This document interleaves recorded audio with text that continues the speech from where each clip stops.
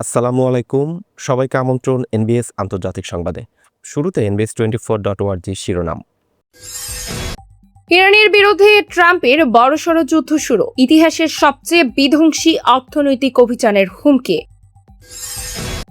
যুদ্ধ ফিরলেই এবার আবারও ভয়ঙ্কর অস্ত্র নিয়ে মাঠে নামবে ইরান, আগে ভাগেই করা হুঁশিয়ারি দিল বিপ্লবী গার্ড বাহিনী। ট্রাম্পের নতুন অর্থনৈতিক অভিযানকে পাত্তাই দিল না ইরান, উল্টো আমেরিকার ভেঙে পড়া অর্থনীতি নিয়ে কড়া খোঁচা দিলেন আরাকচি। এবং উত্তর কোরিয়ার হাতে 57টি পরমাণু বোমা থাকার চাঞ্চল্যকর দাবি করলেন ট্রাম্প। একই নিঃশ্বাস ইরানকে অস্ত্র পেতে না দেওয়ার হুমকি। দর্শক, পরবর্তী কোনো সংঘাত শুরু হলে আগের চেয়ে আরো বিধ্বংসী অস্ত্র ব্যবহারের হুঁশিয়ারি দিয়েছে ইরানের ইসলামিক রেভলিউশনারি গার্ড কর্পস বা IRGC। এই বিষয়টি আপনি কিভাবে দেখছেন? ভিডিওটিতে একটি লাইক দিয়ে কমেন্ট করে জানিয়ে দিন আপনার মূল্যবান মন্তব্য। দর্শক, এতক্ষণ শুনছিলেন শিরোনাম, এবার বিস্তারিত। খবর পড়ছি আমি আতিয়া ফিফা।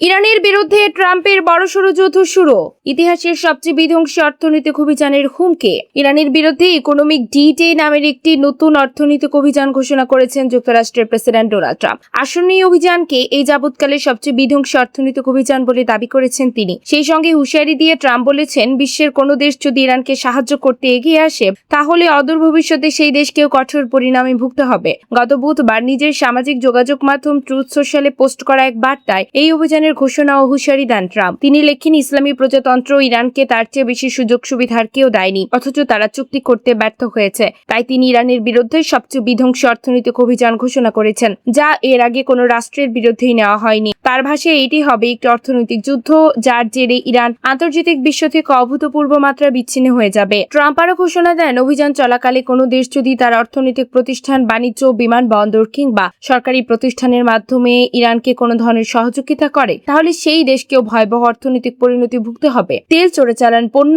বিনিময় লাইন, নগদ অর্থ স্থানান্তর, মুদ্রা বিনিময় কেন্দ্র, জাহাজ নিবন্ধন এবং ভুয়া কোম্পানির মাধ্যমে যে কোনো সহায়তা এখন থেকে বন্ধ করতে হবে বলে জানান তিনি। তবে মজার বিষয় হলো, ট্রুথ সোশ্যাল পোস্ট ইরানের কোনো বন্ধু বা মিত্র রাষ্ট্রের নাম সরাসরি উল্লেখ করেনি ট্রাম্প। এ প্রসঙ্গে তিনি কেবল বলেছেন, তিনি যাদের প্রতি ইঙ্গিত করেছেন তারা নিজেরাই তা বুঝে নিয়েছে। উল্লেখযোগ্য বিষয় হলো, চীন, ভারত, তুরস্ক, জার্মানি, দক্ষিণ কোরিয়া, জাপান, এই 6টি দেশে যুক্তরাষ্ট্র পশ্চিমা নিষেধাজ্ঞায় জর্জরিত ইরানের সবচেয়ে বড় ব্যবসায়িক অংশীদার। গত ফেব্রুয়ারিতে যুক্তরাষ্ট্রের সঙ্গে যুদ্ধ শুরু করার আগে এই 6 দেশের সঙ্গে সবচেয়ে বেশি বাণিজ্য করত ইরান, যা স্পষ্ট করে দেয় ট্রাম্পের এই হুমকি আসলে কাদের লক্ষ্য করে দেওয়া হয়েছে। যুদ্ধ ফিরলে এবার আবারও ভয়ঙ্কর অস্ত্র নিয়ে মাঠে নামবে ইরান, আগে ভাগে করা হুঁশিয়ারি দিল বিপ্লবী গার্ড বাহিনী।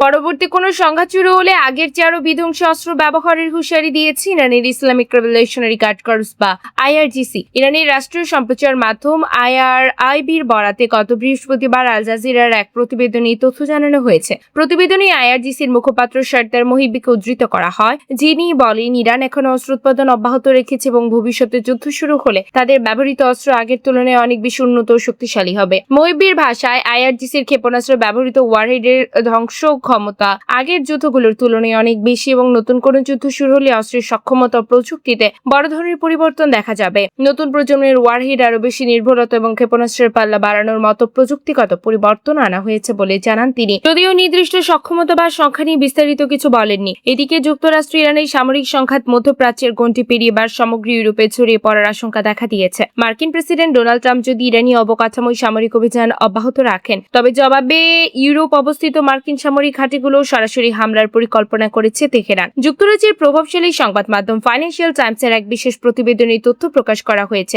ফাইন্যান্সিয়াল টাইমসের প্রতিবেদন অনুযায়ী ইউরোপে অবস্থিত মার্কিন লক্ষ্যবস্তুতে আঘাত হানার নীতিগত সিদ্ধান্ত খতিয়ে দেখছে তেহরান, বিশেষ করে বুলগেরিয়ার বিজমার বিমান ঘাঁটি এবং সাইপ্রাসের সামরিক স্থাপনাগুলো সম্ভাব্য লক্ষ্যবস্তু করা হয়েছে। নাম প্রকাশে অনিচ্ছুক তেহরানের এক উচ্চ পদস্থ কর্মকর্তা বলে, ইউরোপের বোঝা উচিত তাদের ভূখণ্ডেও ক্ষেপণাস্ত্র পড়তে পারে, কারণ তাদের জাতীয় অবকাঠামো ধ্বংস করা হলে এই যুদ্ধ আর কেবল মধ্যপ্রাচ্যে সীমাবদ্ধ থাকবে না। এছাড়া সংখ্যা চরম আকার ধারণ করলে হরমুজ প্রণালীর তলদেশের মূল সাবসি ফাইটার অপটিক কেবল কেটে দেওয়ার পরিকল্পনা রয়েছে তাদের।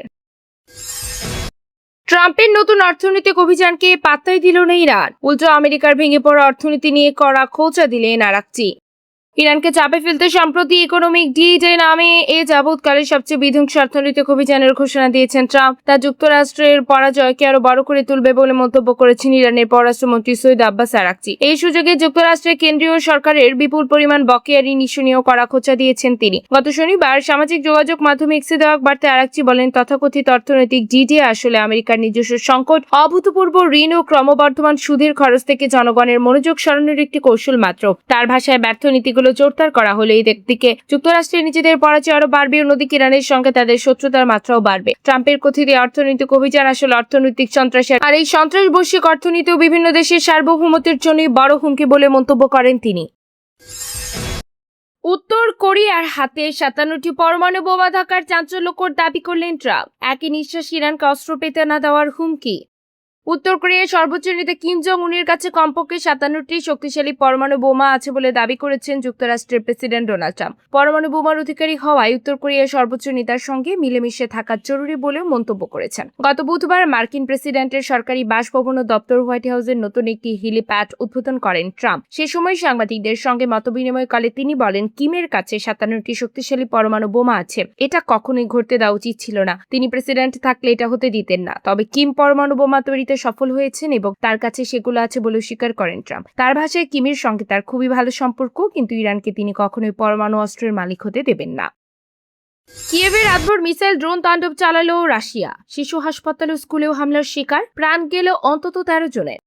ইউক্রেনের রাজধানী কিয়েভে রাতভর হামলা চালিয়েছে রাশিয়া। এতে ballistic missile, cruise missile, hypersonic missile ও ড্রোন ব্যবহার করেছে তারা। রুশদের চালানো এই হামলায় অন্তত 13 জন নিহত হয়েছেন। ইউক্রেনের জরুরি পরিষেবা সংস্থা গত বৃহস্পতিবার 20 আগস্ট জানিয়েছে এই হামলায় আরো 33 জন আহত হয়েছেন। ইউক্রেনের বিমান বাহিনী জানিয়েছে রাশিয়া কয়েক ডজন ব্যালিস্টিক, ক্রুজ এবং হাইপারসোনিক মিসাইল ছুড়েছে। সঙ্গে হামলায় ব্যবহার করা হচ্ছে 168টি ড্রোনও। বিমান বাহিনীর ভাষায়, আকাশ প্রতিরক্ষা ব্যবস্থা ব্যবহার করে 145টি ড্রোন ও বেশিরভাগ ক্রুজ মিসাইল প্রতিহত করা হলেও মিসাইলগুলো একটু আটকানো সম্ভব হয়নি। প্রেসিডেন্ট ভলোদিমির জেলেনস্কি বলেছেন, পর্যাপ্ত আকাশ প্রতিরক্ষা ব্যবস্থা না থাকার কারণেই এই হতাহতের ঘটনা ঘটেছে। আর তিনি মিত্র দেশগুলোর কাছে সহায়তার আবেদন জানিয়েছেন। কিয়েভের মেয়র ভিতালি ক্লিচকো ধ্বংস হয়ে যাওয়া একটি ভবনের সামনে দাঁড়িয়ে বলেন, তাদের গোলাবারুদ, মিসাইল প্রতিরোধী ব্যবস্থা এবং মিত্রদের কাছ থেকে সহায়তা প্রয়োজন। ইউক্রেনের জরুরি পরিষেবা সংস্থা আরও জানিয়েছে, রাতের হামলায় একটি শিশু হাসপাতাল ও স্কুলকে টার্গেট করা হয়েছে, যাতে এই দুইটি অবকাঠামো ক্ষতিগ্রস্ত হয়।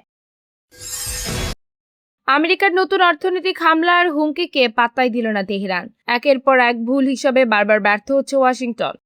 মার্কিন যুক্তরাষ্ট্রের নতুন বিধ্বংসী অর্থনৈতিক হামলার ঘোষণাকে কঠোর ভাষায় তুচ্ছতাচ্ছিল্য করেছে ইরান। দেশটির এক জ্যেষ্ঠ কূটনৈতিক কর্মকর্তা সরাসরি মার্কিন যুক্তরাষ্ট্রকে ইঙ্গিত করে বলেছেন, একের পর এক ভুল হিসাবের কারণে প্রতিটি পদক্ষেপে ওয়াশিংটনকে নতুন ও বড় ব্যর্থতার মুখোমুখি হতে হচ্ছে। আন্তর্জাতিক গণমাধ্যম আল জাজিরা গত বৃহস্পতিবার 20 আগস্ট ইরানের আন্তর্জাতিক ও আইনি বিষয়ক উপপররাষ্ট্রমন্ত্রী কাজেম গারিবাবাদের বরাত দিয়ে জানায়, সাবেক মার্কিন প্রেসিডেন্ট ডোনাল্ড ট্রাম্পের ঘোষিত কঠোর অর্থনৈতিক পদক্ষেপের বিপরীতে এই প্রতিক্রিয়া জানিয়েছেন তিনি। সামাজিক যোগাযোগ মাধ্যমে এক্সে দেওয়া এক পোস্টে গারিবাবাদি মার্কিন নীতির তীব্র সমালোচনা করেন। সরাসরি ওয়াশিংটনের নাম উচ্চারণ না করে গারিবাবাদি লেখেন, তারা তাদের আগের ব্যর্থতাগুলো ঢাকার জন্য প্রতিটি পদক্ষেপে নিজেদের জন্য আরো বড় পরাজয় ঢেকে আনতে বাধ্য হচ্ছে।